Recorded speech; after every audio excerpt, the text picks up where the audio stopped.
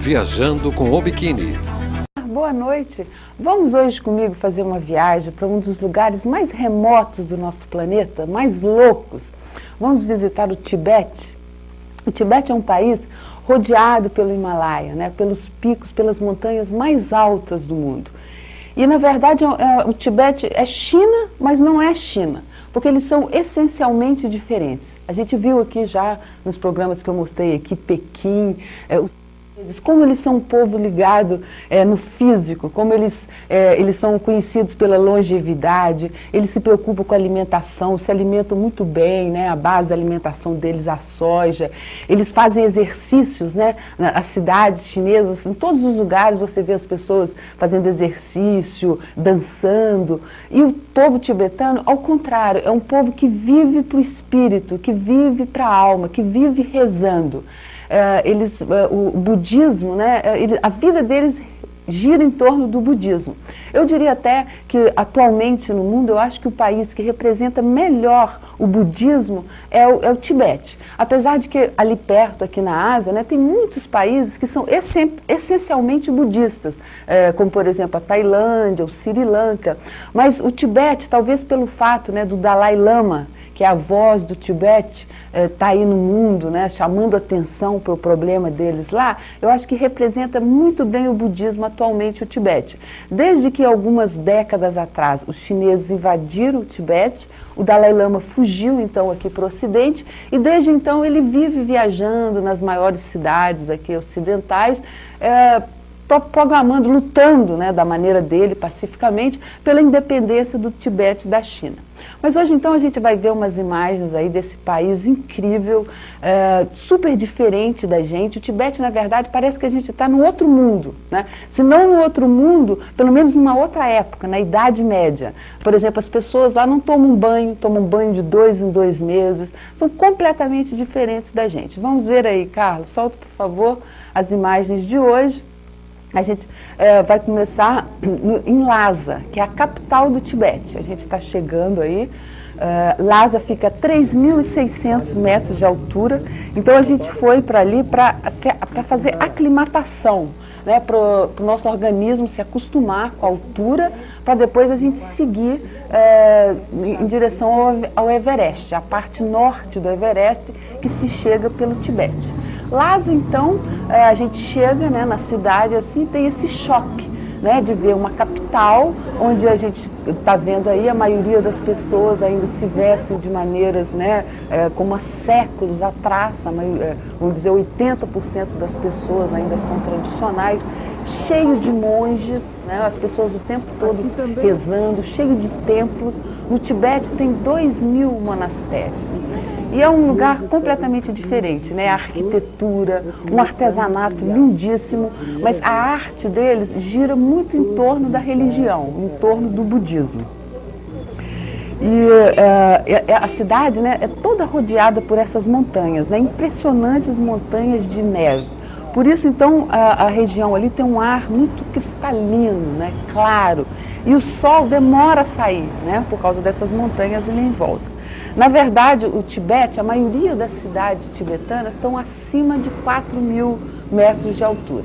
Os homens, eles têm essa maneira, né, de usar essas faixas assim no cabelo, na verdade são linhas assim enroladas, tecidas, né, vermelhos, coloridos. E as roupas das mulheres também são completamente bem diferentes de tudo, né, que a gente vê no mundo. É completamente diferente da China.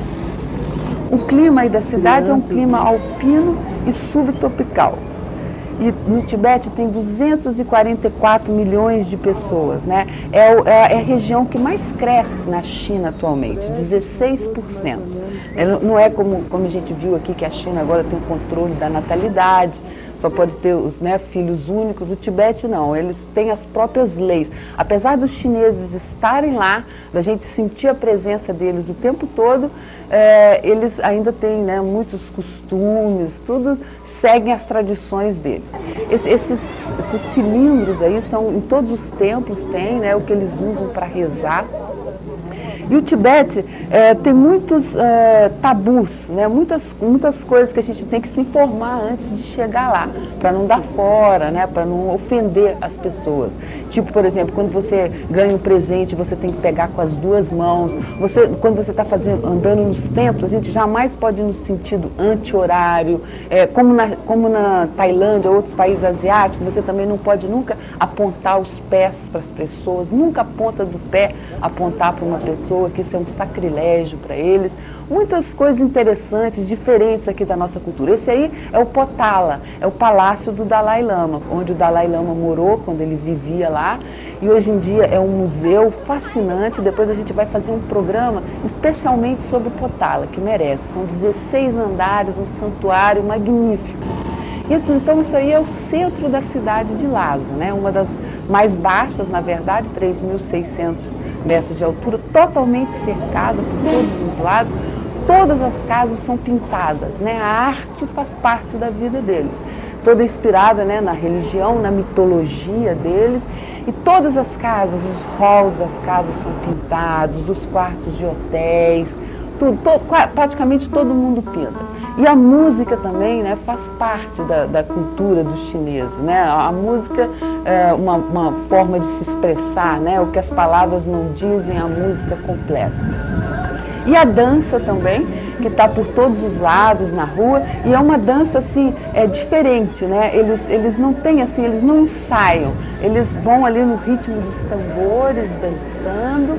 E também uma coisa que eu não posso deixar de falar, que eu pensava que eu chegava no Tibete, que assim, minha vida ia mudar, aquela espiritualidade toda, um povo super zen, mas na verdade seja dita, eles são loucos por dinheiro, eles não podem ver um turista que eles já saem pedindo dinheiro, implorando, se ajoelhando nos pés da gente, chega até a incomodar.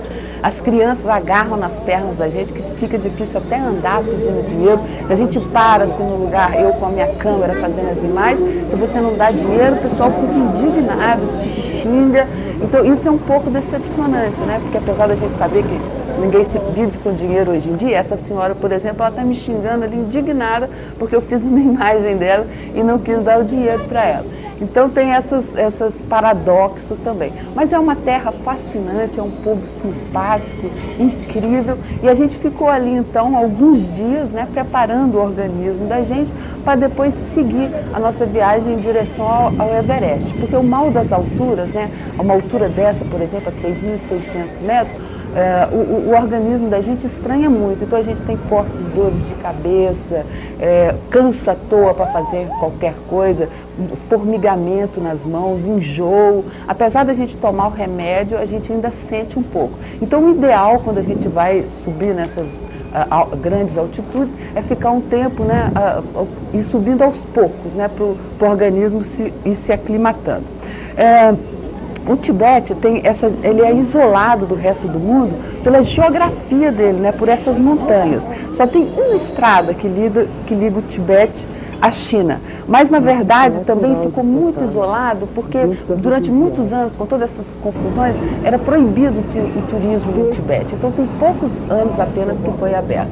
E a gente vê também as pessoas com essas bochechas bem vermelhas, que eles têm muita hemoglobina no sangue por causa das alturas também.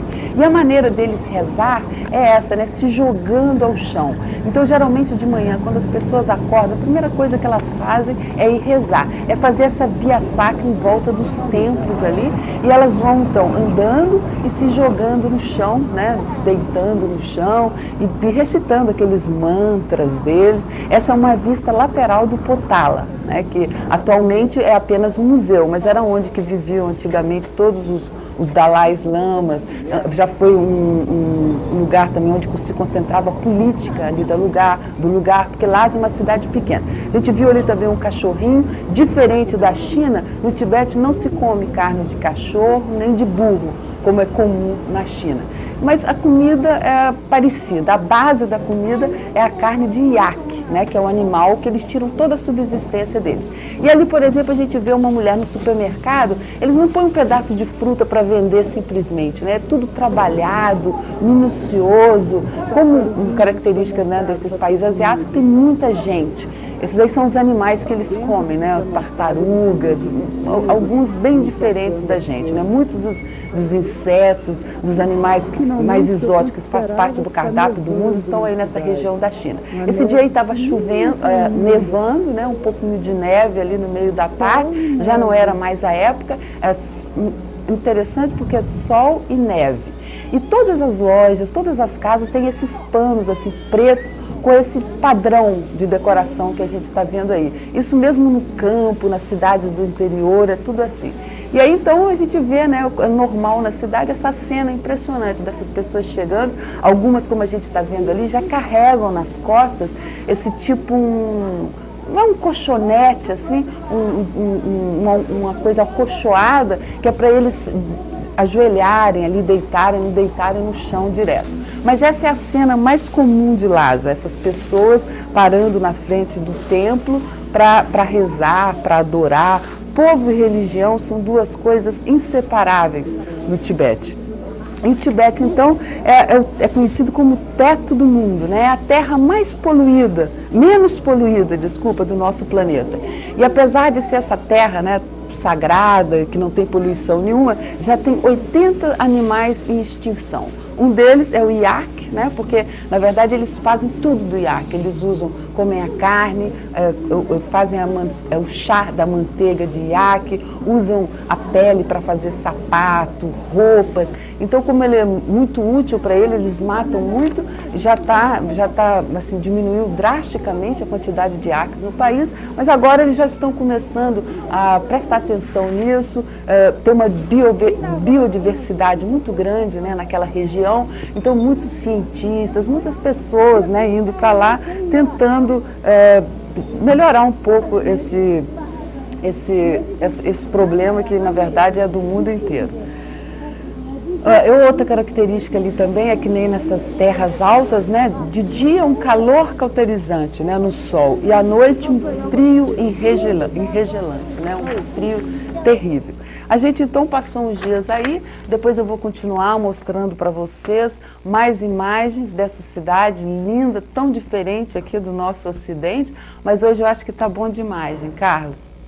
A gente vai ficando por aqui e eu aguardo vocês na próxima quinta-feira, onde eu vou escolher um outro lugar bem lindo para mostrar para vocês. Não perca, um beijo bem grande para todo mundo e até lá. Tchau.